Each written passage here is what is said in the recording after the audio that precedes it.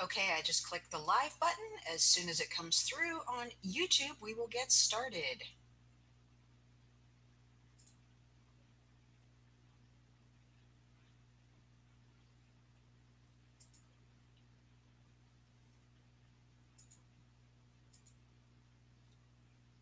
So just waiting for that to come in. If you're waiting for things to get started, you can go ahead and put, let me just make sure the sound's all right. Go ahead and put, good. All right, excellent. So yeah, if you're here, you can go ahead and put in using the hashtag win any wins or positive things that have happened to you as a result of GTD in the last few weeks or since our last stream. So I'm going to add my win, which is that breaking things down into next actions has really become second nature.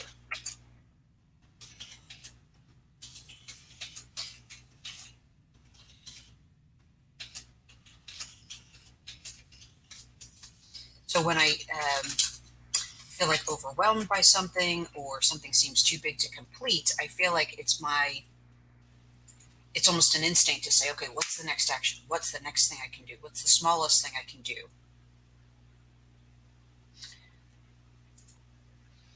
And if we haven't met, I'm Michele Christensen. We're here on my YouTube channel, which is One Noteworthy Life. This is stream number 13 of the book Getting Things Done here on my channel, and we're reading through the book now chapter by chapter and focusing on implementing what we read. We'll be taking your questions and comments throughout this live chat, and you're always free to comment later in the comment section below the video. And super chats will be available for the duration of the live stream, and that's a way to financially support the channel and get your comment highlighted. I do want to encourage you to add any thoughts, comments, any ideas, any insights you've had. I'm really passionate about the idea of bringing people together and sharing knowledge online. So anything you want to drop in the comments, it's likely that someone else will benefit from it.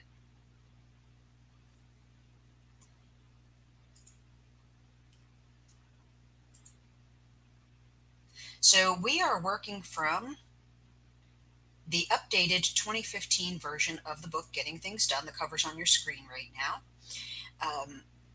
If you don't have a copy and you need one, I have an Amazon affiliate link in the description of this video, and if you purchase through that, I earn a small commission and it doesn't cost you anything. So in this stream, we are covering Chapter 8, which is the review phase of the 5 phases of GTD workflow. And just to remind us of what that is, I'm going to go back here to stream 3, and these are the 5 phases of the GTD workflow. We have capture, which is to collect everything that grabs a bit of your attention. We have clarify, which is make a quick decision about what something means. We have organize, which is put it where it belongs. We have reflect, which is where we think about things and kind of review all of the things in our GTD system. And then engage is actually doing things.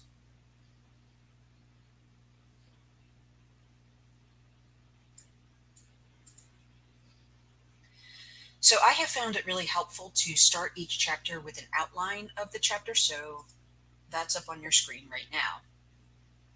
So chapter 8 is called Reflecting, Keeping It All Fresh and Functional.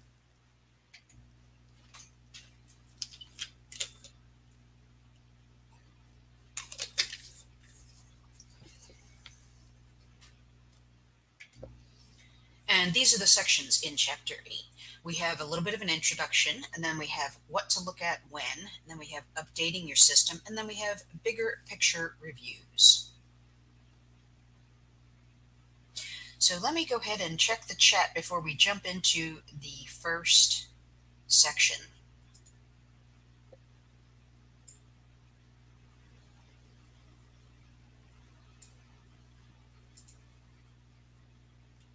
Okay.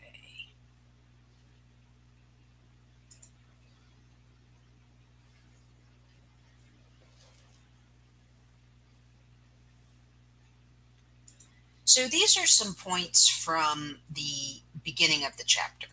So the first one is that the purpose of GTD is to free your brain from managing all the low-level tasks, like trying to remember things like errands or chores or whatever, so that your brain is free to think about really big, really creative ideas. The second point he makes here is that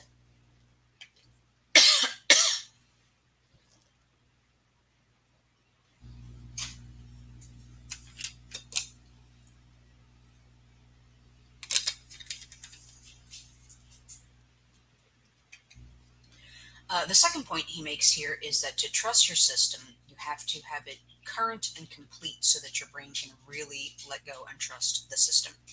So there are two major issues with keeping your system up to date and complete. So one is, what do you look at and when? And then the second is, what do you need for your system to keep your brain free? If you hear some slurping in the background, that's a dog drinking.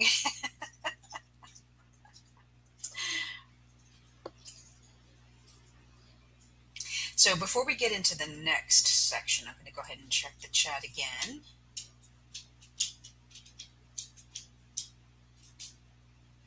Oh, wait. Yeah. Before I check the chat, there was one more point I wanted to add, which was that one of the things I love about GTD is that it starts from the ground up.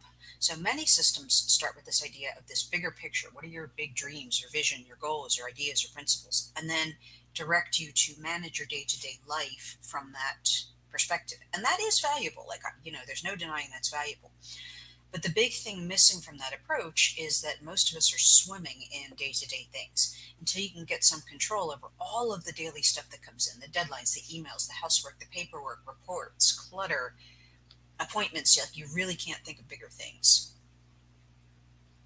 So now I'm going to check the chat.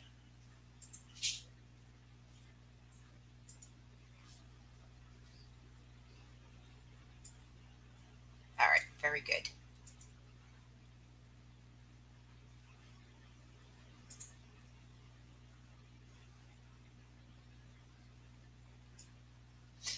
Okay, so we just covered the introduction. I'm going to go into the next section, which is what to look at when. So in the first few pages of this chapter, one of the first points he makes is that if your system is up to date and it's available where and when you need it, you should only need a few seconds to figure out what to do right now. So if whatever context you're in, whatever the situation is, it should only take you a few seconds to look at the things that are relevant for that situation and decide what to do, or decide to do nothing and feel good about it. In terms of a general rule, one of the first thing you should look at is your calendar, and then your tickler file. And we covered that in a previous section. That's a name for a paper file. You could do it digitally as well, but a tickler file is something that will feed you information the day you need to see it. So your calendar and your tickler file kind of give you a hard landscape for the day or the week or whatever period you're looking at. Then you look at your next action list, because after looking at the calendar, you see what's left over. You see the slots of time and where you're going to be and what tools or contexts are going to be available to you. Then you can look at your next action lists and decide, based on what's available, what to do. If the day is scheduled full, there may be no actions for you to take. So the final point he makes here is to do the right review in the right context. And I had a little bit of trouble kind of wrapping my head around this, but the idea is be able to access whatever you need in that setting to make a good decision. So be able to access your next action list, your calendar items, the material you need for any given setting. And it might be clearer to talk about one of the examples he gives in this section. So imagine that it's last minute, it's 11:30 in the morning, and you get a text that an important client that your company deals with wants to have lunch. In that setting, the right review would be to pull up the project materials for that client, pull up any action lists, clear your calendar, pull up a client agenda for that person. And what I mean by an agenda is there's a principle in GTD called having an agenda for different people, meaning whoever you talk to on a regular basis, you want to have a list of things to talk to them about so that you remember everything you need to, and you're not sitting there, I know there were things I needed to talk to you about. So that's what he means by the right review for the right context, is being able to access what you need to make a decision in whatever context you're in. So let me go ahead and check the chat.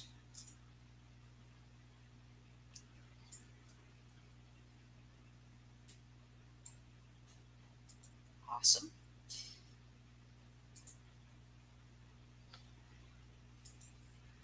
Okay, now we're going to talk about the third section here, which is updating your system.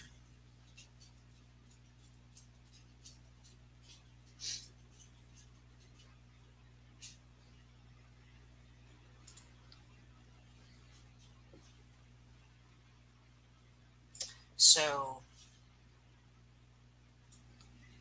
there were three points that I took from this system. One is that having a trustworthy system requires regular updating and review. Number two is that you can't fool your brain into thinking your system is complete if it's not. And I have noticed this. Like sometimes I'll try and remember something, and I notice that sorry, I touched the microphone. My brain is focused on trying to remember that thing rather than being just clear and free and ready to focus on something. And then the third point he makes is he actually calls the weekly review the magic key to sustaining GTD. So let's talk about the weekly review. And that is like a big chunk of this chapter for good reason.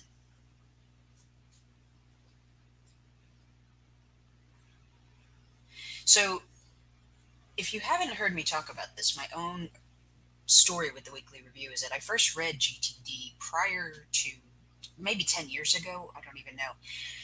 And when I first read it, I was like, well, this is pointless. Why would I review all of my stuff, my whole system? Like, I already know I'm booked up. I'm doing everything I can do. Like, I don't need to think about another project right now. So, what's the point? I will look at the next thing to take on when I can take something else on. So, I never did a weekly review, more than 10 years of kind of following GTD. Last, maybe August or September, whenever it was that I started to read and reread GTD, I made a commitment to follow it to the letter and really do my best to have a beginner mindset and just do it to the best of my ability as if I was learning it for the first time and fully commit to it. And so I only started doing my weekly review recently, and it is a game changer. So a lot of what I experienced, you'll see, as we go through the weekly review. But yeah, it just makes you feel like made me feel so much more on top of things, able to handle things. And I can also see that just how overcommitted I was when I see how many projects have just completely stalled because I have too many things open. There's not time to take action on all of them. And it's all the context switching that's a problem. So the first point on this slide is that for most people, things come in faster than you can deal with them. And the reason I have kind of the mind blown emoji is because I was like, oh my gosh, yes. I have just felt this way for so long, and hearing someone that I trust and someone who's a really respected figure in kind of the productivity and self management field say this was just so like, okay, so I'm not alone in this. I'm not the only one who feels like this. It's like there's just so much stuff that comes in every day. The second point on this was many of us take on way more than we can handle.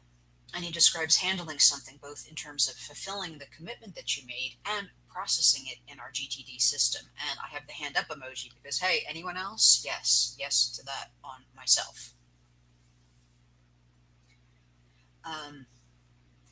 So this huge influx of things is why the weekly review is necessary. It's really hard to sit and think and process and prioritize and clarify when all these things are just coming at you like a garden hose. So the weekly review helps you focus on important things. And this last thing, I have an exclamation point because you may need to learn to say no to more things and say no faster to feel on top of your workload. And this is one of the changes I've noticed as I've gotten really into implementing GTD on a deeper level, is that I'm saying no so much more quickly because I just know I'm already overloaded. Like I can't take something else on. So the no comes quickly, easily, and with, clarity and confidence.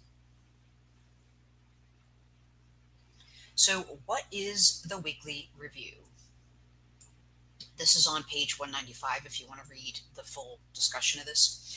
The three big points on this are get clear, get current, and get creative. So, under get clear, we have collect up all the loose items, clear all of your entries, and clear your mind. So, you might want to do a brain download, what some people like to call a brain dump or a mind sweep, but just, all those little loose things, collect them all and process them all.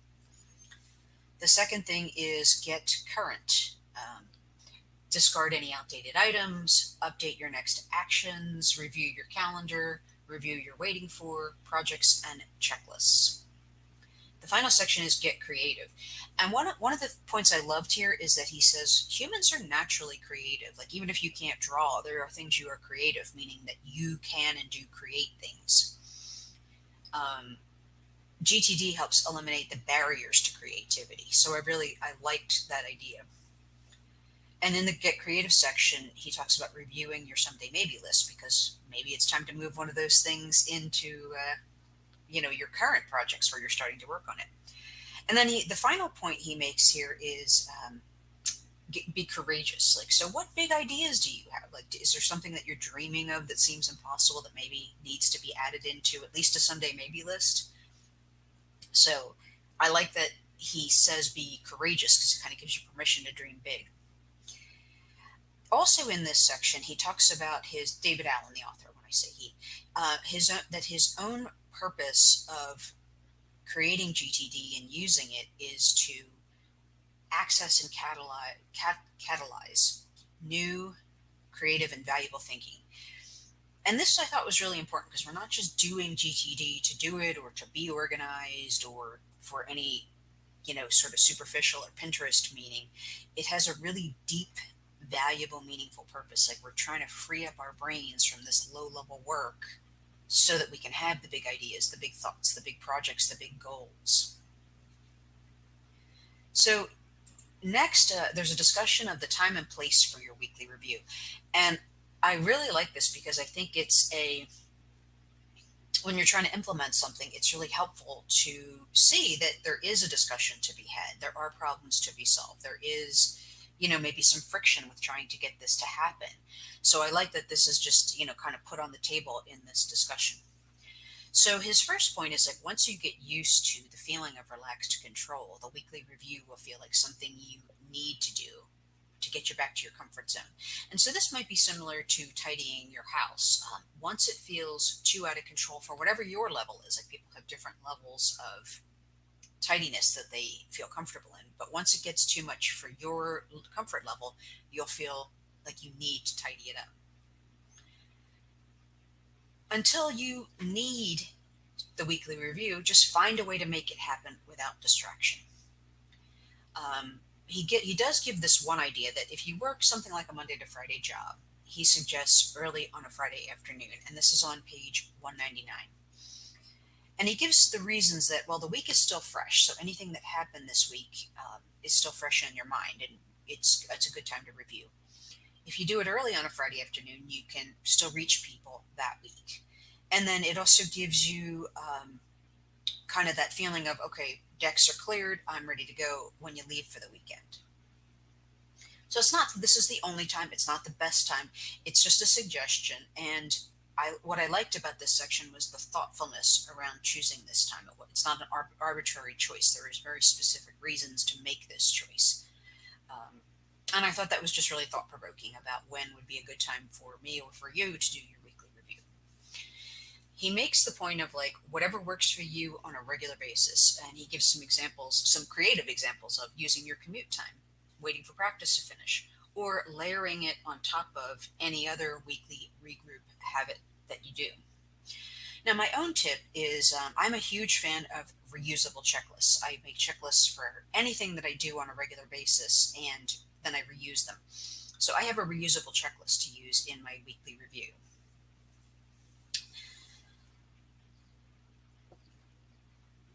And just for reference, I like to do my weekly review on a Sunday afternoon or evening. As he mentioned with the comfort zone, I have to plan my week on Sunday, or I waste a lot of time on Monday just trying to get into the groove. And sometimes it's like late in the day and I haven't gotten anything done because I haven't kind of gotten grounded and know what I feel like I need to do. And if I do it on Sunday, it's like I go to bed, I'm calm, I'm relaxed, I wake up Monday and I feel prepared for the week.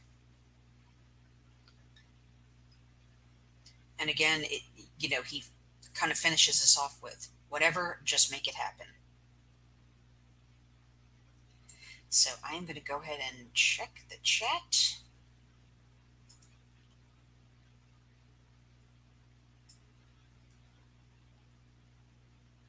All right.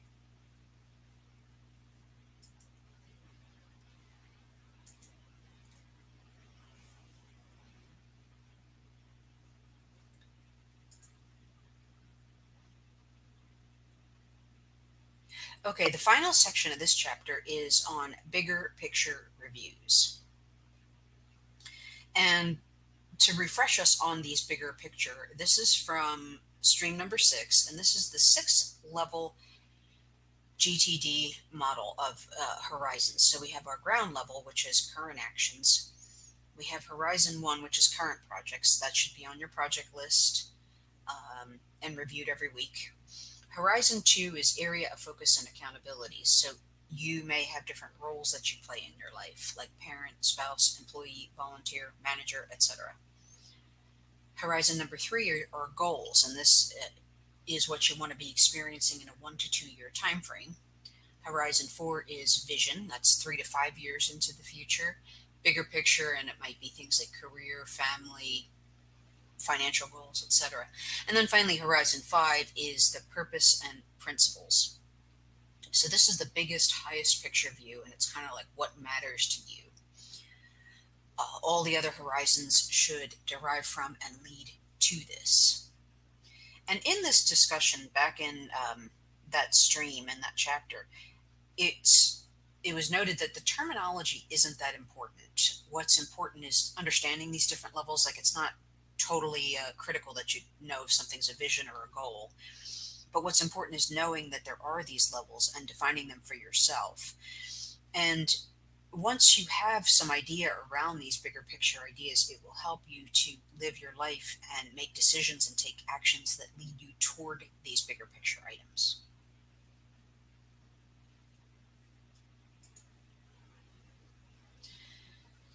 So there was some interesting discussion around when to review these. And the first point he makes is that the explicit purpose of GTD is not to help you define these bigger picture items for yourself. There are books, there are systems, there are great resources for helping you to define those bigger picture things for yourself. But that's not the main purpose of the GTD book. But, however, getting control of your day to day actions and commitments will make it more likely that you are able to live in accordance to whatever those big picture items are.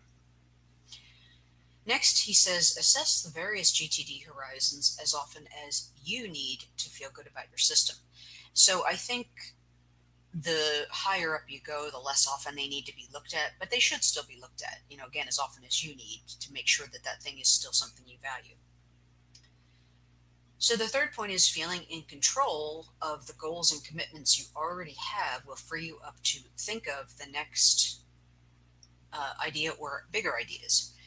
And I've really been feeling this myself. As I mentioned, I started this read through around last August, and it's June, so that's about 10 months. And I have really been feeling more in control and more hopeful about the future and my ability to tackle big projects, because I'm seeing these smaller projects in control. I'm seeing regular progress made, and then I'm seeing them drop off when they're done. So that is definitely something I have experienced, that getting this level of control has freed me up to dare to dream about the bigger things.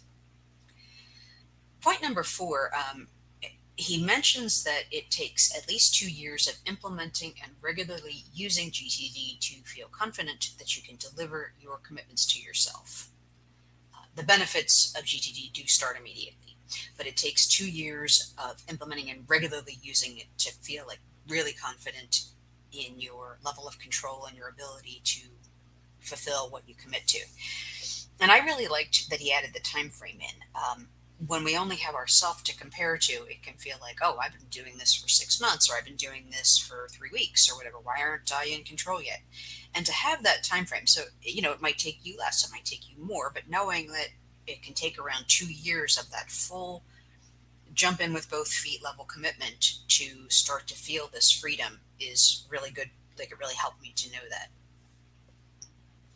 So, point five is to stay flexible. And he gives the example of like agile development.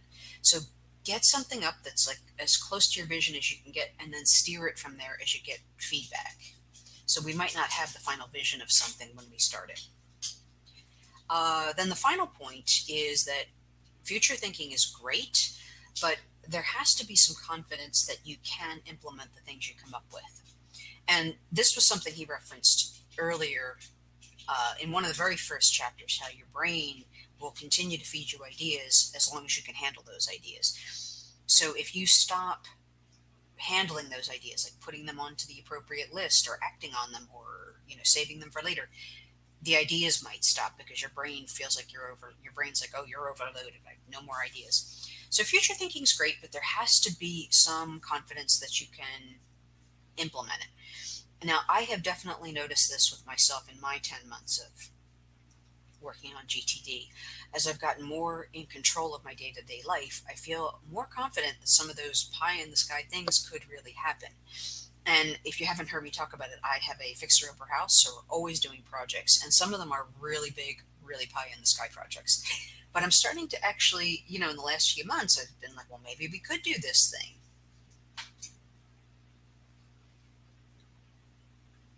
So we are close to wrapping up here.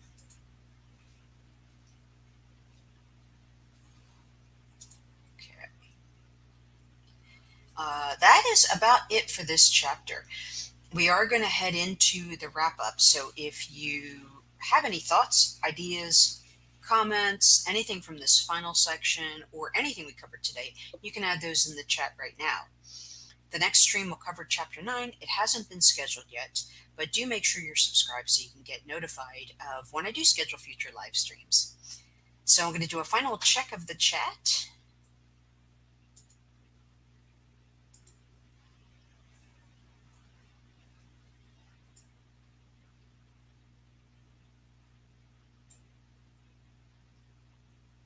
All right. We have no more chats in there. As you can see, I did not have a guest today, but I really do love having guests for these GTD streams. So if you or someone you know would make a great guest, you can reach out to me using the contact form linked in the description below. In terms of the rest of the book, we have 7 chapters left, and they all seem like a good length for an individual stream. So we probably have 7 more streams scheduled about 2 to 3 weeks apart. And I usually rotate the times between evening in the US and evening in Europe. Thank you so much for joining me either here live or on the replay later. Be sure to subscribe and you'll get notified of future GTD streams and future videos on other topics like OneNote and personal organization. And if you like this, hit the thumbs up button to let YouTube know. That really helps me out a lot. So let me just say goodbye in the chat and we'll be out of here.